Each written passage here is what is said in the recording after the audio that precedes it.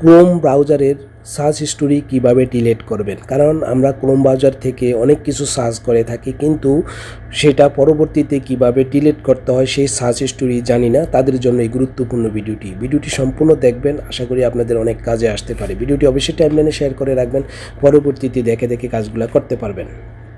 আমি প্রথমে Chrome ব্রাউজারটি open করে নিচ্ছি। ক্রোম ব্রাউজারটি ওপেন করে ডান পাশে 3 ডটের উপর ট্যাপ করে দিব।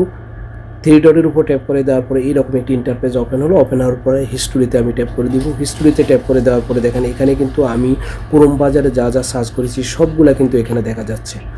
এখানে কিন্তু অনেক সময় খারাপ কিছু থাকতে পারে, অত ভালো কিছু থাকতে পারে। তাই আপনারা যদি চান যে সেগুলোকে ডিলিট করে দিতে, তাহলে আপনারা এখানে এসে এক এক করে এইভাবে ক্রস চিহ্নের উপর ট্যাপ করে দিলেই সেগুলো কিন্তু ডিলিট হয়ে যাবে।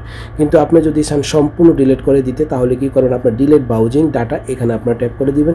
এখানে ট্যাপ করে দেওয়ার পরে এই পেজটিতে নিয়ে আসলো। আসার পরে দেখেন এখানে কিন্তু লাস্ট আওয়ার্স আছে, লাস্ট আওয়ার্সে ট্যাপ করে দিয়ে আপনি যদি অল টাইম অর্থাৎ সবগুলা ডিলিট করতে চান, তাহলে অল টাইম সিলেক্ট করে দিয়ে আপনি ডিলিট বটমে ট্যাপ করে দিবেন।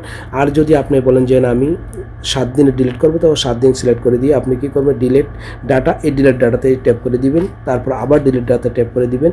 তাহলে কি করবেন, আপনি যে 7 দিনে যা যা সার্চ করছেন সেগুলো কিন্তু চলে গেছে। আর সম্পূর্ণ ডিলিট করতে চাইলে আপনারা কী করবেন, এখানে ট্যাপ করে দিয়ে আপনারা কী করবেন, এখানে অল টাইম সিলেক্ট করে দিয়ে ডিলিট বটমে ট্যাপ করে দিবেন। আপনাদের ক্রোম ব্রাউজারে যত কিছু আপনি সার্চ করেছেন সব চলে যাবে। এ হলো আজকের এই গুরুত্বপূর্ণ ভিডিওটি সম্পূর্ণ দেখবেন, আশা করি অনেক কাজে আসবে। ভিডিওটি আমার ইউটিউব চ্যানেলে দেখে থাকলে ইউটিউব চ্যানেলটিকে সাবস্ক্রাইব করে রাখবেন। আর যারা প্রথম থেকে সাবস্ক্রাইব করে রেখেছেন তাদের প্রতি রইল অনেক অনেক ধন্যবাদ।